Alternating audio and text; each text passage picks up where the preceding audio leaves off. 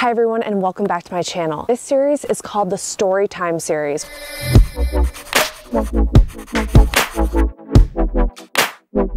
Where I'm going to be telling stories from every single country in the world. For those of you who are new here or who might not know who I am, my name is Cassie, and in 2017 I became the first woman on record to travel every country in the world, as well as the fastest female and the fastest person to travel every country in the world, breaking 2 Guinness World Records. I was awarded recognition in the National Women's History Museum as a result, also along with Time Magazine's Female Firsts, along with Oprah Winfrey, Selena Gomez, and Serena Williams, which is so exciting for me. I also did an interview with Jenna Bush on my travels around the world, and I've been featured in tons of publications around the world. As of March 17th, 2017, no woman had claimed traveling to every single country in the world and had provided evidence of having done so to a third party, which makes me the first woman to have ever provided evidence to a third party verifying that I have traveled to every single sovereign nation in the world. I will put some links in the description box below so you can learn a little bit more about me, but a major mission of my expedition around the world was to promote positive peace through responsible tourism. I spoke to over 16,000 university students around the world across 40 different countries on responsible tourism and peace through tourism. I also met with mayors and ministers of tourism and handed them a Credo of the Peaceful Traveler by the International Institute of Peace Through Tourism. I had a little meeting with them, told them about my culture and vice versa. I also planted trees to offset my carbon footprint it took to get to some of these countries, and I would plant double the trees to promote responsible tourism as opposed to just sustainable tourism. In my travels around the world, I also collected water samples from our world's waterways, from